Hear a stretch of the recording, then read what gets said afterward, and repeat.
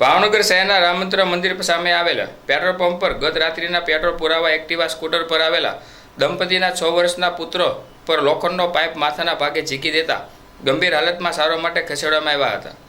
જેમાં ગત રાત્રિના નીતેશ કનૈયાલાલ બાલચંદાનીને પોતાની પત્ની અને પુત્ર સાથે રામમંત્ર મંદિર સામે આવેલા પેટ્રોલ પંપ પર પેટ્રોલ પુરાવા ગયા હતા।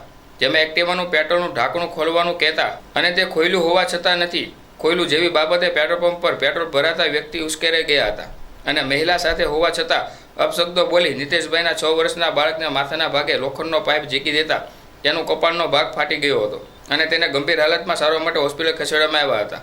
આ ઘટનાના પગલે સિંધી સમાજના મોટી સંખ્યામાં લોકો એકઠા થઈ ગયા હતા અને હોસ્પિટલ તેમજ પેટ્રોલ પંપ પર પહોંચી આવા લોકો સામે કડક કાર્યવાહી કરે તેવી માંગ કરી હતી અને પેટ્રોલ પંપ બંધ કરી દેવા એવા ધરણા કર્યા હતા।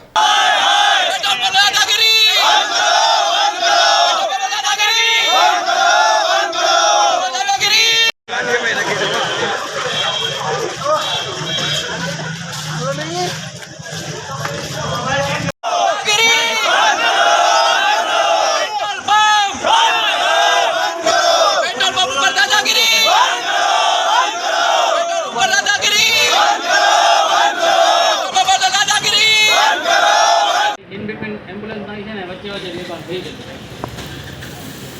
मैं आई हूँ ज्યાં ગયો ને તો મને કીધું એના માલિકે ગાડી લેવા સર વિચાર સામે હોસ્પિટલ છે ત્યાં લઈને ઇન બિટવીન એને બેભાન થઈ ગયો। હા બાળક બેભાન થઈ ગયો અને એને છે ને આંખ્યું નથી ખોલ્યું મને મેં કીધું આને છોડી દઉં પછી જેને હું એને લઈને ગયા। તમારું નામ? મારું નામ જગદીશ સિંધી, સિંધુનગર ખાતે રહું છું, ભાવનગર ખાતે। શું બનાવ છો?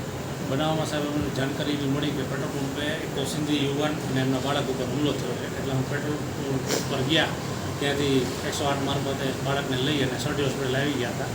અહીંયા આવીને જોયું તો એમની બાળકની સ્થિતિ બહુ જ અતિ ગંભીર હતી, માથું આખું અડધું ફાટી ગયેલું હતું, લોહી લુહાણ હાલત હતી, બાળક બચે કે ન બચે એવી સ્થિતિ હતી। પછી જાણકારી એવી મળી કે પેટ્રોલ પંપે પેટ્રોલ જે પૂરતા હોય વ્યક્તિ એની સાથે કંઈક માથાજીક થઈ ગઈ એટલા માટે એ ભાઈએ એમની ઉપર જીવલેણ હુમલો કર્યો અને લોખંડના પાઇપ વડે માથું પડી ગયું। કોની ઉપર હુમલો કરવામાં આવ્યો? હિયાંશ નામનો 6 વર્ષનો છોકરો છે એમની ઉપર હુમલો કર્યો। માથાકૂટનું કારણ? માથાકૂટનું કારણ કાંઈ નહોતું, નોર્મલી પેટ્રોલ પુરાવા ગયા હતા, ભાઈ હતા, એમનો બાળક હતું, એમની પાછળ વાઈફ હતા। આજકાલ એક્સેસને એક્ટિવામાં આગળથી સ્વિચ ચાલુ બટન દબાવી એટલે પાછળ પેટ્રોલનું ટાંકી ખુલી જાય। ટાંકી ખુલી ગઈ તો ઓલા ભાઈ કીધું ટાંકીનું ઢાંકણું ખોલો તો એ ટાંકી ખુલેલી છે તો એમને કીધું અમને કાંઈ ગાંડા નથી, અમને ખબર પડે, ઢાંકણું ખોલતું હોય।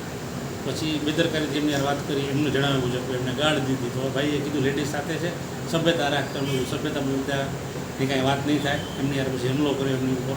પછી આગળ અંદરથી જઈ એમનું કહેવા મુજબ અંદરથી હથિયાર લઈને ટૂંકમાં ધોકો લોખંડનો લઈને આવ્યા, ભાઈ ઉપર હુમલો ન કર્યો, ઇન્ટેન્શનલી એમના બાળક ઉપર સીધો હુમલો કર્યો, એમનું માથું ફાટી ગયું। નીતેશ બાલચંદાણી મારું નામ છે। દીકરાનું નામ શું છે? અયાંશ નીતેશ બાલચંદાણી મારા દીકરાનું નામ। અમે પેટ્રોલ પુરાવા ગયા હતા રામમંત્ર પેટ્રોલ પંપ પાસે, ત્યારે એ લોકોએ બિશબ્દ વાત કરી મારી સાથે અને ઢાંકણું ખોલવા માટે મેં એમને કીધું ત્યારે ગાળું બોલી તો મેં એમને વિનંતી કરી ભાઈ લેડીઝ સાથે છે તો ગાળું ન બોલો એમ, એ તો અહીંયા પેટ્રોલ પંપ પુરાવવું હોય ને તો તમારે ગાળું તો સાંભળવું જ પડશે એવું અમારી સાથે વર્તન કર્યું। છતાંય મેં એમને હાથ જોડ્યું, એ હાથ બાથ નહીં જોડવાના, અહીંયા અમે પોતાને હું સમજો છો સિંધી સમાજના અમે અહીંયા બધા આવે છે ને બધાને અમે દબાવીએ છીએ એવું વર્તન કર્યું અમારી સાથે। કોણ હતું એવું કઈ નામ?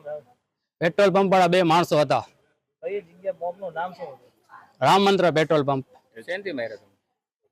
મારા છોકરાને ધોકાથી માર્યો, પાઇપથી માર્યો અને 6 વર્ષનો છોકરો છે અને જીવલેણ હુમલો કરવાની કોશિશ કરી।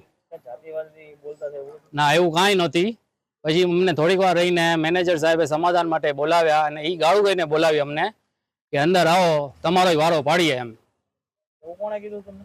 એવા 2 જણા અજાણ્યા શખ્સે અમને કીધું। અત્યારે એટલે પેટ્રોલ પંપના હતા કે બહારની વ્યક્તિ હતી? યુનિફોર્મ નહોતું પહેરેલું, પેટ્રોલ પંપના હતા।